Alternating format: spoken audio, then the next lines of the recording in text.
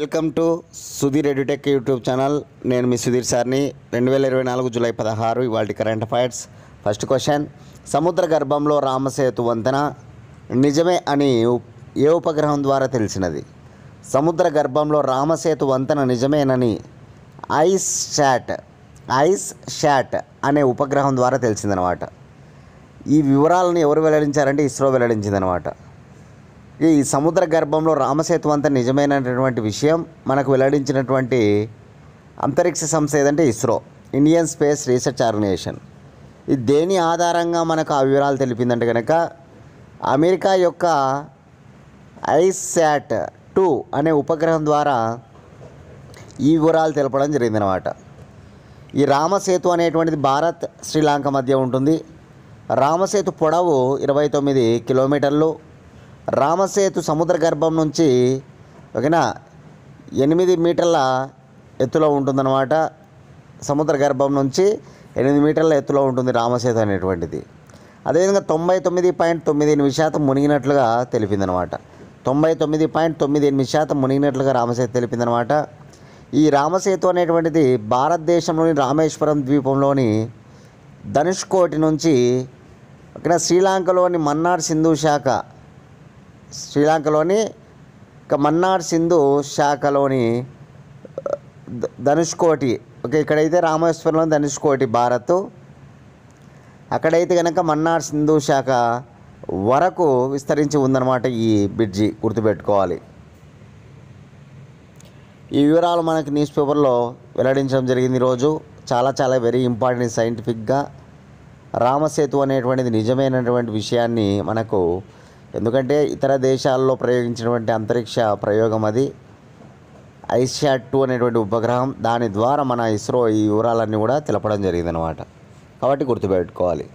ఇస్రో పూర్తి పేరు Indian space research organisation. ISRO ఏర్పడిన సంవత్సరం 1969 ఆగస్టు 15. ఇస్రో ప్రధాన కార్యాలయం కర్ణాటకలోని బెంగళూరు. ఇస్రో తొలి చైర్మన్ విక్రమ్ సారాభాయ్. ఇస్రో ప్రస్తుత చైర్మన్ సోమనాథ్.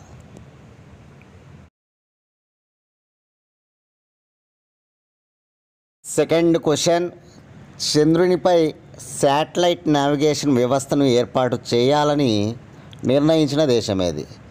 చూడండి, చంద్రునిపై శాటిలైట్ నావిగేషన్ వ్యవస్థను ఏర్పాటు చేయాలని నిర్ణయించిన దేశం చైనా. శాటిలైట్ ఉపగ్రహ నావిగేషన్ వ్యవస్థ అనమాట. శాటిలైట్ నావిగేషన్ వ్యవస్థ అనమాట. చాలా ఇంపార్టెంట్ ఇది. ఎందుకంటే ప్రపంచంలో ఇంతవరకు ఏ దేశం కూడా శాటిలైట్ నావిగేషన్ వ్యవస్థను చంద్రునిపైన కలిగి లేదనమాట. ఒకవేళ ఈ చైనా శాస్త్రవేత్తలు అనుకున్న దాని ప్రకారం ఇది జరిగినట్లయితే కనుక ఇది చైనాకు ఒక రికార్డుగా మిగిలిపోతుంది అనమాట. ఆల్రెడీ ఇటీవల చైనా చంద్రుని అవతలి వైపుకు వెళ్ళి రాతి నమూనాలను సేకరించిందనమాట. ఇది కూడా రికార్డే. అంటే ఏ దేశం కూడా చంద్రుని అవతలి వైపుకు వెళ్ళి నమూనాలను సేకరించిన దాఖలాలు ఎప్పుడు లేవన్నమాట. కాబట్టి చైనా ఇటీవలనే ఒక రికార్డు సృష్టించిందనమాట చాంగే 6 ద్వారా. చాంగే 6 అనేటువంటి ఇది అక్కడికి వెళ్ళి రాతి నమూనాలను కూడా తీసుకొని వచ్చిందనమాట భూమిపైకి. ఓకేనా? ఇట్లా ఇప్పుడు చంద్రునిపై గొప్ప శాటిలైట్ నావిగేషన్ వ్యవస్థను ఏర్పాటు చేయాలని నిర్ణయించినటువంటి దేశం ఏదంటే కనుక చైనా. గుర్తుపెట్టుకోవాలి, చైనా అనమాట. ఓకేనా? చైనా రాజధాని బీజింగ్. చైనా దేశ కరెన్సీ యువాన్. చైనా దేశ భాష చైనీస్. చైనా దేశ అధ్యక్షుడు జీ జిన్పింగ్ అనమాట. చైనా ప్రస్తుత ప్రధానమంత్రి ఎవరు? కామెంట్ బాక్స్లో మీ సమాధానాన్ని తెలియజేయండి.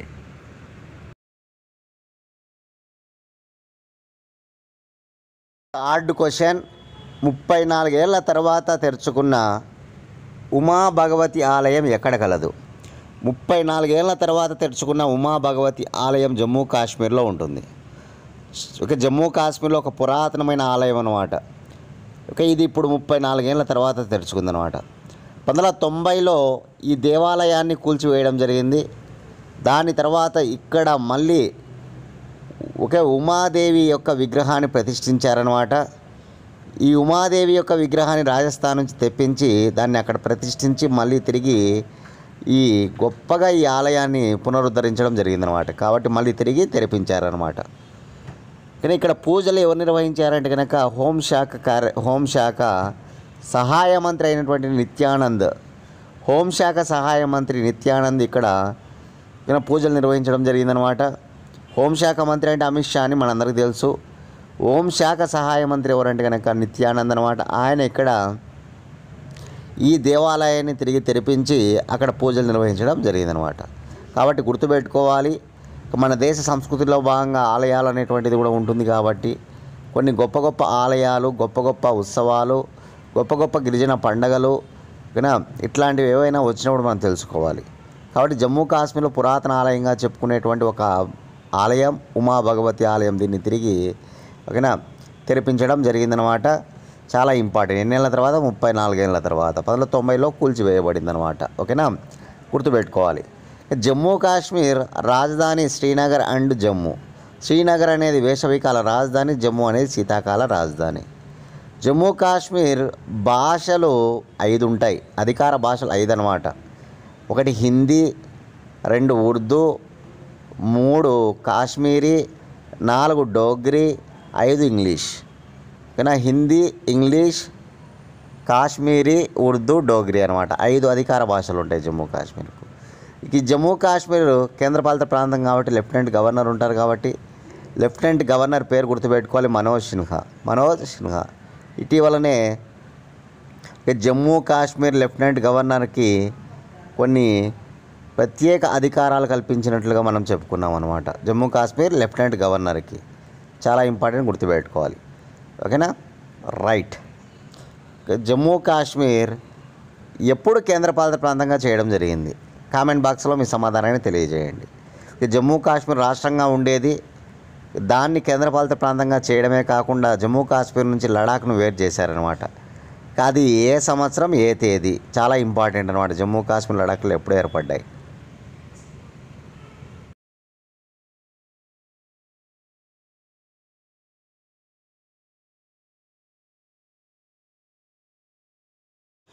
ఫోర్త్ క్వశ్చన్, కేంద్ర విదేశాంగ నూతన కార్యదర్శిగా ఎవరు నియమితులయ్యారు?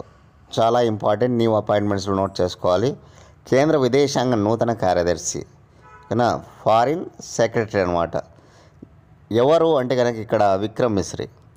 విక్రమ్ మిశ్రీ 35వ విదేశాంగ కార్యదర్శిగా నియమితులు కావడం జరిగిందనమాట.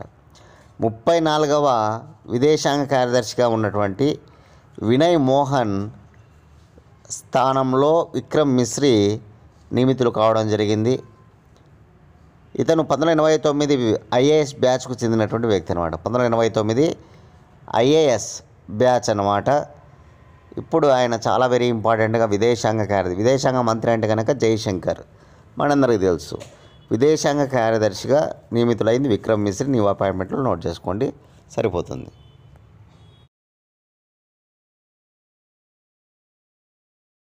క్లాస్ ఫాలో అవుతున్న వాళ్ళందరూ కూడా దయచేసి లైక్ చేయండి. ఇంకా ఎవరైనా సబ్స్క్రైబ్ చేసుకోండి. మన ఛానల్ని మీ ఫ్రెండ్స్ ఎవరైనా ఉంటే కనీసం 3 షేర్ చేయండి. ఓకే, నెక్స్ట్ క్వశ్చన్ చూద్దాం.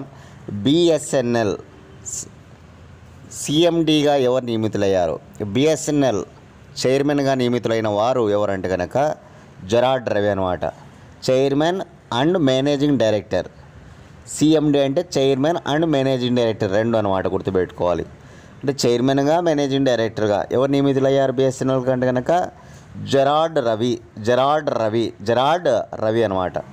ఇది వరకు బిఎస్ఎన్ఎల్ ఈ సిఎండిగా ఎవరు ఉండేవారంటే పుర్వార్ ఉండేవారు. ఈ పుర్వార్ తన యొక్క పదవీ కాలం ముగిసిపోయిందనమాట. తన పదవీ కాలాన్ని తిరిగి పెంచమని కూడా ఆయన దరఖాస్తు చేసుకున్నాడు. అయినా సరే తన యొక్క పదవీ కాలాన్ని పెంచడం కుదరదని చెప్పేసి తిరస్కరించడం జరిగిందనమాట. ఈ నేపథ్యంలో ఈ బిఎస్ఎన్ఎల్ సిఎండిగా ఇప్పుడు ఎవరు నియమించబడ్డారంటే కనుక జెరార్డ్ రవి. గుర్తుపెట్టుకోవాలి, న్యూ అపాయింట్మెంట్స్లో జెరార్డ్ రవిని నోట్ చేసుకోవాలి. బిఎస్ఎన్ఎల్ పూర్తి పేరు Bharat Sanchar Nigam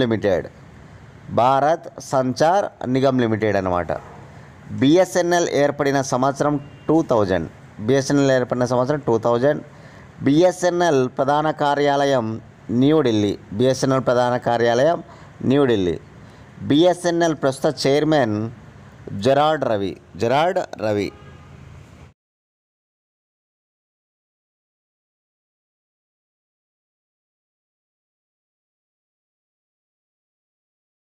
sixth question, association for democratic reform నివేదిక ప్రకారం ఎన్నికలలో అధిక ఓటింగ్ శాతం పొందిన అభ్యర్థి ఎవరు?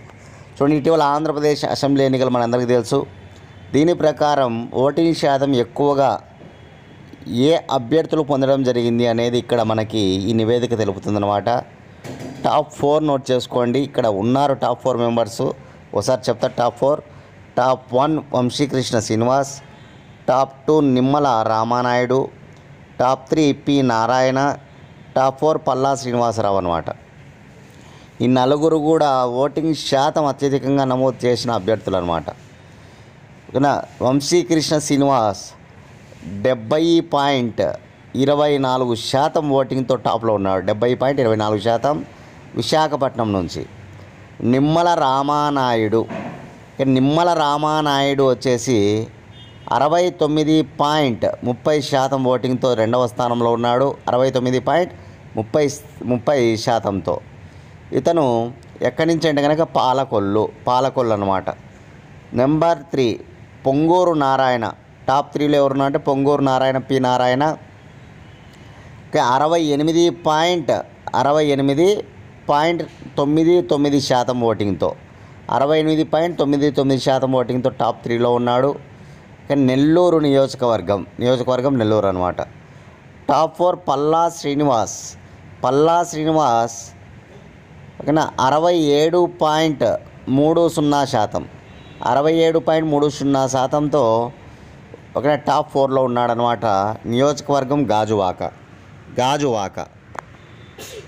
ఇక్కడ ఉన్న నలుగురిలో వంశీకృష్ణ శ్రీనివాస్ జనసేన పార్టీ అనమాట. నిమ్మల రామానాయుడు, పొంగూరు నారాయణ, పల్లా శ్రీనివాసరావు వీళ్ళ ముగ్గురు టీడీపీ తెలుగుదేశం పార్టీ అనమాట. ఇక మహిళలు అత్యధిక ఓటింగ్ శాతం పొందిన వారు టాప్ 4 నోట్ చేసుకోవాలి మీరు. ఎవరెవరు ఉన్నారంటే కనుక top 4: first Vijayalakshmi, second Madhavi, third Sirisha, third Prashanth Reddy, fourth Sirisha. మళ్ళీ చెప్తున్నా, first Vijayalakshmi, second Madhavi, third Prashanth Reddy, fourth Sirisha అనమాట. వీళ్ళ నియోజకవర్గాలు నోట్ చేసుకోండి. నియోజకవర్గాలు విజయలక్ష్మి విజయనగరం, మాధవి గుంటూరు, ప్రశాంత్ రెడ్డి కొవ్వూరు, ఇక శిరీష వచ్చేసి పలాస. ఈ నలుగురు కూడా తెలుగుదేశం పార్టీ వాళ్ళే. ఈ నలుగురు ఓటింగ్ శాతం ఎక్కువగా పొందిన టాప్ 4 మెంబర్స్ కూడా తెలుగుదేశం పార్టీ వాళ్ళు. టీడీపీ. ఇక ఓటింగ్ శాతం మీరు నోట్ చేసుకుంటే 61.24%.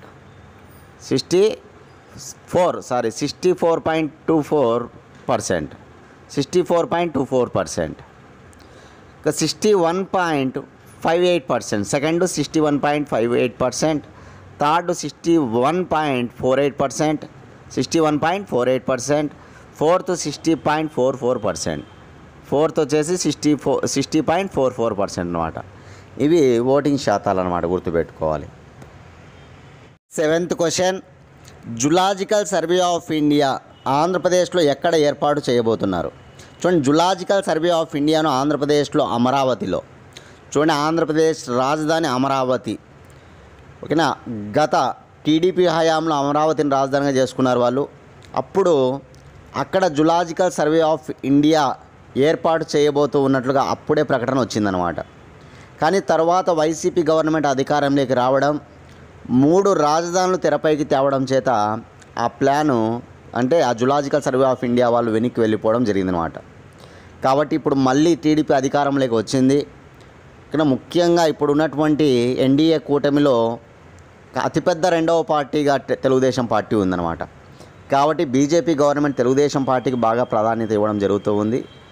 కాబట్టి అమరావతి రాజధాని గొప్పగా తీర్చిదిద్దాలని ఇప్పుడు ఉన్నటువంటి ప్రభుత్వం భావిస్తూ ఉంది. ఆ నేపథ్యంలో అమరావతిలో అనేక వాటిని ఏర్పాటు చేస్తూ ఉన్నారు. అందులో భాగంగా జులాజికల్ సర్వే ఆఫ్ ఇండియా కూడా ఏర్పాటు కాబోతూ ఉందన్నమాట. ఇది ఎవరి పరిధిలో ఉంటుందంటే కేంద్ర పర్యావరణ అటవీ శాఖ మంత్రి ఆధ్వర్యంలో ఉంటుంది. కాబట్టి దీనికి ఆమోదం తెలిపితే కనుక ఆటోమేటిక్గా ఈ జులాజికల్ సర్వే ఆఫ్ ఇండియా ఏర్పాటు అయిపోతుందన్నమాట. ఆటోమేటిక్గా తెలిపినట్లే. ఎందుకంటే ఇప్పుడు మనకి బీజేపీ గవర్నమెంట్కు తెలుగుదేశం పార్టీ ఇక ఎంత మద్దతు ఇస్తూ ఉందని అంటే అంత మద్దతు ఇస్తూ ఉంది. ఒకవేళ తెలుగుదేశం పార్టీ వెనక్కి తగ్గితే కనుక బీజేపీ గవర్నమెంట్ కూలిపోయే అవకాశం ఉందన్నమాట. కాబట్టి ఈ నేపథ్యంలో జులాజికల్ సర్వే ఆఫ్ ఇండియా ఖచ్చితంగా 100% ఇక్కడ ఏర్పాటు అయిపోతూ ఉందన్నమాట. వెరీ ఇంపార్టెంట్, గుర్తుపెట్టుకోవాలి. అమరావతిలో రాయపూడిలో అనమాట. ఎక్కడంటే రాయపూడిలో దీన్ని ఏర్పాటు చేస్తారనమాట.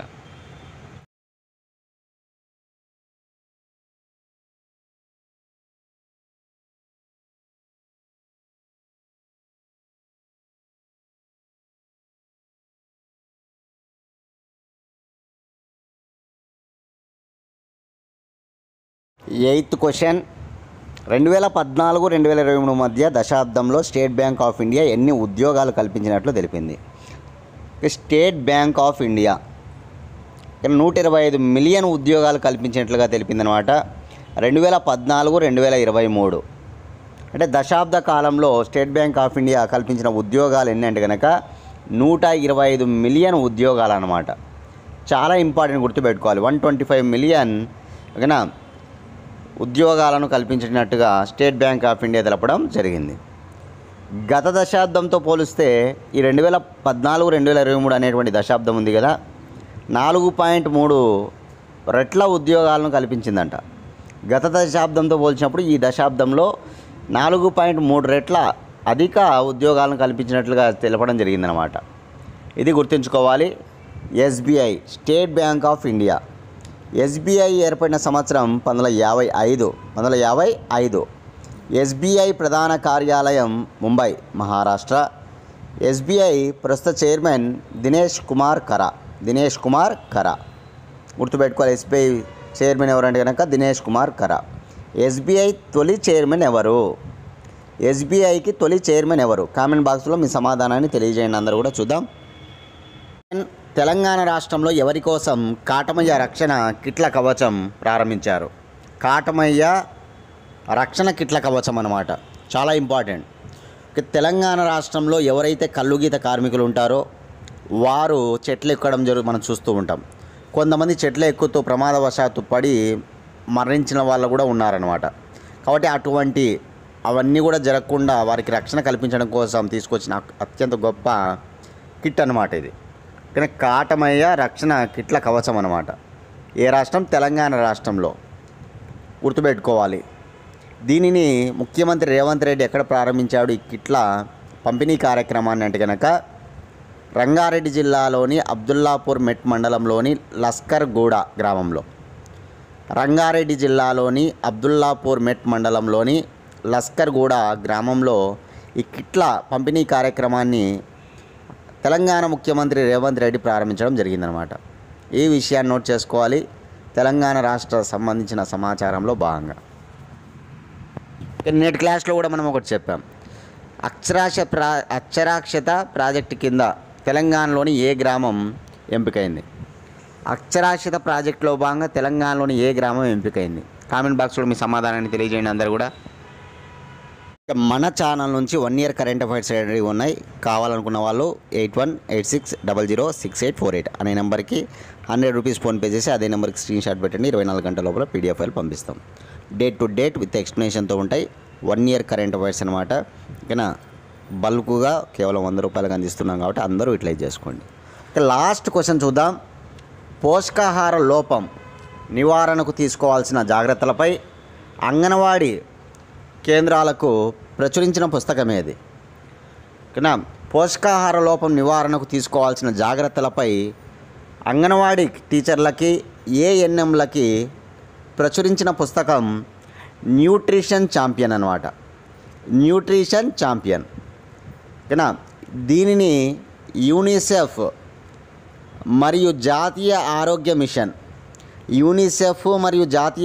మిషన్ ద్వారా ఈ పుస్తకాన్ని తయారు చేయించారనమాట. తెలంగాణ రాష్ట్రంలో ఎవరైతే అంగన్వాడీ టీచర్లు ఉన్నారో అదేవిధంగా ఏఎన్ఎంలు ఉన్నారో వారికి ఈ పుస్తకాన్ని అందిస్తారనమాట. ఓకేనా? చాలా ఇంపార్టెంట్, గుర్తుపెట్టుకోవాలి. పోషకాహార లోప నివారణకు తీసుకోవాల్సిన జాగ్రత్తలపై అంగన్వాడీ కార్యకర్తలకు మరియు ఏఎన్ఎంలకు అందిస్తున్న పుస్తకమే న్యూట్రిషన్ ఛాంపియన్. ఓకేనా? ఏ రాష్ట్ర ప్రభుత్వం అంటే తెలంగాణ. ఎవరి సహకారంతో ఇదంతా అంటే కనుక యూనిసెఫ్ మరియు జాతీయ ఆరోగ్య మిషన్ సహకారంతో. కానీ ఇవి ఇవాల్టి కరెంట్ అఫైర్స్. రేపటి క్లాస్లో మళ్ళీ కలుసుకుందాం ఫ్రెండ్స్. థ్యాంక్స్.